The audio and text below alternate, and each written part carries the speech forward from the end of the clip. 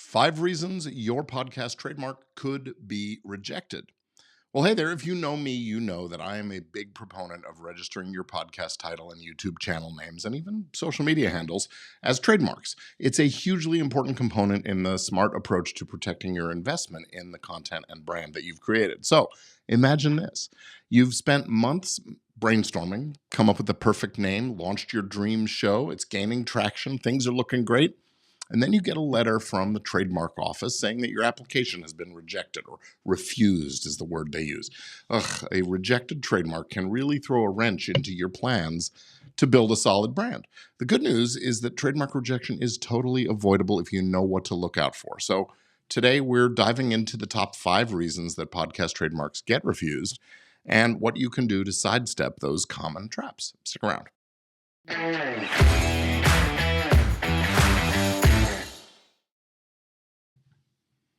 Hey, everybody, welcome back to another episode of Legit Podcast Pro.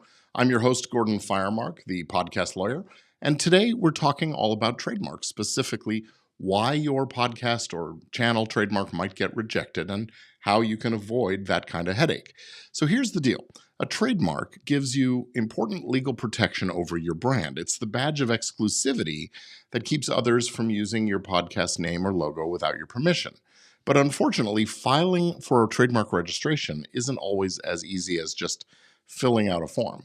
Now, fortunately, I've got a free podcaster's guide to trademark registration over at podcasttrademark.com. So here's the thing. Trademark law and the registration is a bit tricky. It's not so much hard as it's just very technical.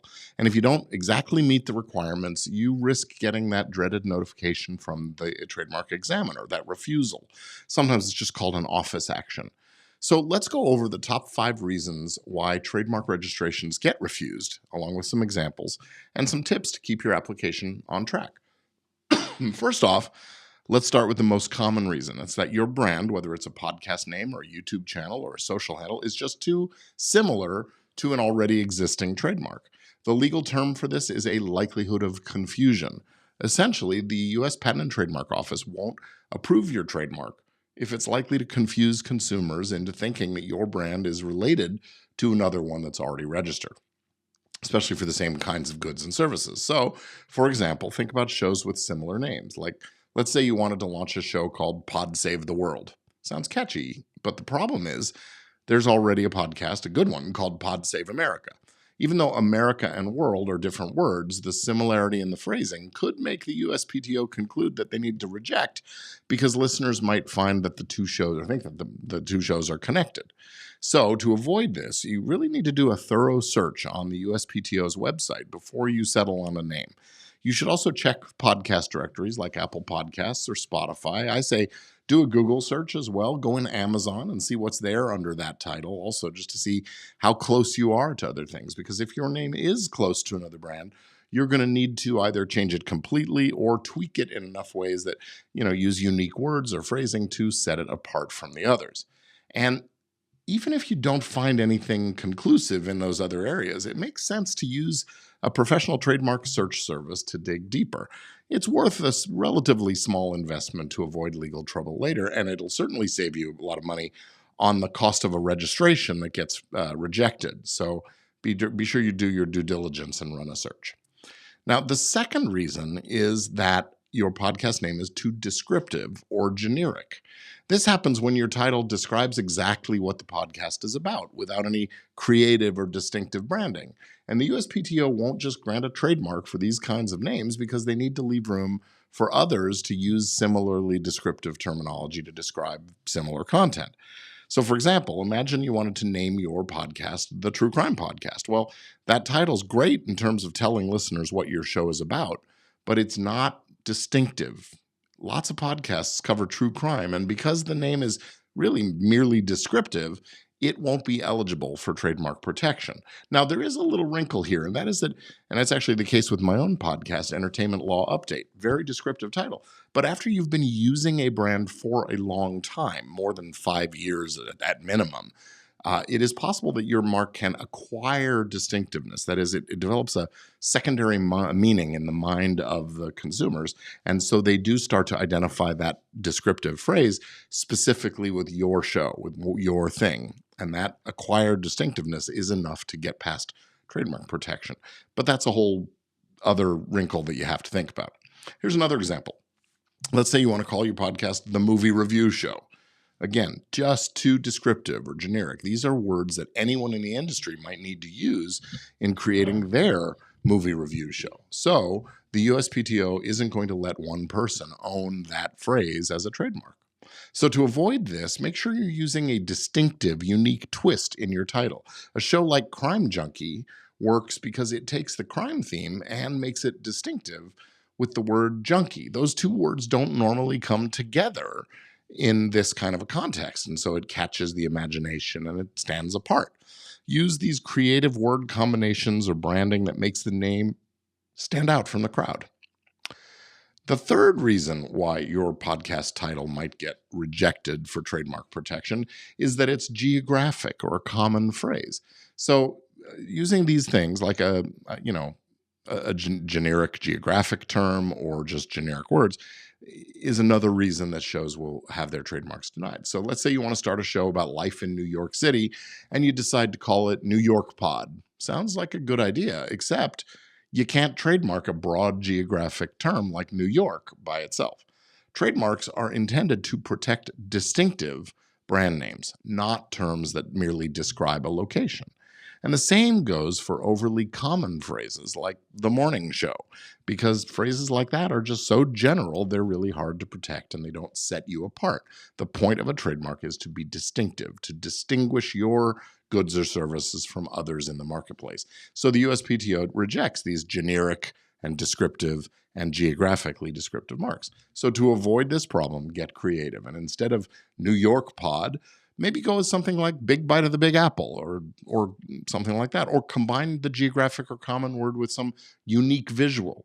So you could design a custom logo and apply for that trademark on that instead. But then you still run the risk of when you're spoken of about the brand, so be thoughtful about this. Number 4 reason is that there's not proof of use in commerce. This is a reason that catches a lot of podcasters off guard. Failing to prove that it's in use in commerce is it's a requirement. When you apply for a trademark, the USPTO needs to see that you're already using your podcast name or logo in the real world in connection with the kinds of goods and services you're registering for. So what exactly counts as proof of use? Well, for podcasts, screenshots showing your podcast listed on platforms like Apple Podcasts, Spotify, YouTube, those kinds of things. And merchandise with your podcast branding won't do the job to protect you for your trademark. But if you're also making and selling t-shirts or mugs with your logo on them, well, then you can use those photographs of those things as evidence or specimens of use. The key is that you have to show the podcast name is more than just an idea. It's actively being used to offer a product or a service out in the world. Here's a pro tip. Make sure your proof is up to date and accurate, because even a simple typo in your evidence can lead to delays or rejections and things like that. And unfortunately, I've seen a few folks create mock-ups to try to get past the specimen requirement. And let me just say, that is a very, very bad idea. That's an attempt to perpetrate a fraud on a U.S. government agency. And the consequences for that, well, they can be really, really severe. Let's just don't do this. Either file your trademark on the intent to use basis, which gives you some time to get in and prove the use later before it's finally registered. But you can get your application in and get your place in line, essentially. Or just wait until you've got the actual proof. If you're only a few weeks away from getting it up and running, wait till you've got that actual proof of use in commerce. Once you have a couple of episodes up there on Apple Podcasts or Spotify, that's going to be enough to establish that you're using it in commerce. Now, here's the 5th reason why your trademark might be rejected or refused. You're filing in the wrong class. So when you apply for a trademark, you have to select the specific category or class or classes that describe the types of service that you provide. For podcasts, what that means is Class 41, which covers entertainment educational services. But also for podcasts, A downloadable audio file falls in class 9 because that's a kind of good. So you have goods and services to deal with. So I'm always recommending registering in both of those two classes, 41 and 9. But I've seen podcasters accidentally file under the wrong class, like class 25, which is for clothing, like t-shirts. Even if you do plan to sell merchandise later on, your core service is the podcast itself. So that's what you need to register in the right class or classes for that.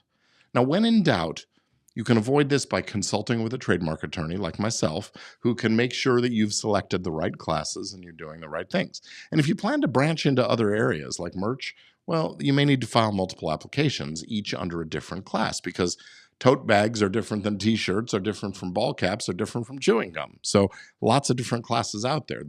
The international trademark registration systems have, I think it's 45 or 46 different classes available. So we have to know where we're after all, you're not registering for medical devices if you're doing a podcast. So we don't want to take the words completely out of the lexicon in those circumstances.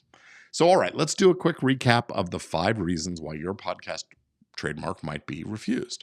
1 is that it's too similar to an existing trademark, likelihood of confusion. 2, that it's descriptive or generic and therefore can't be registered. 3 is that it's a geographic term or a common phrase. Those are not allowed to be registered.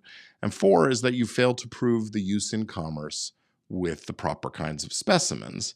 And 5 is filing in the wrong trademark class or classes, and that's what leads to the rejection. So taking the steps I've outlined here seriously can save you a lot of time and headaches. A little research, a little planning up front will go a long way toward getting your trademark approved. And if you're ready to protect your podcast brand, I've got just the thing for you. Head on over to podcasttrademark.com and grab your free guide to trademark registration. It is packed with everything you need to know to get started and avoid the common pitfalls we've talked about today.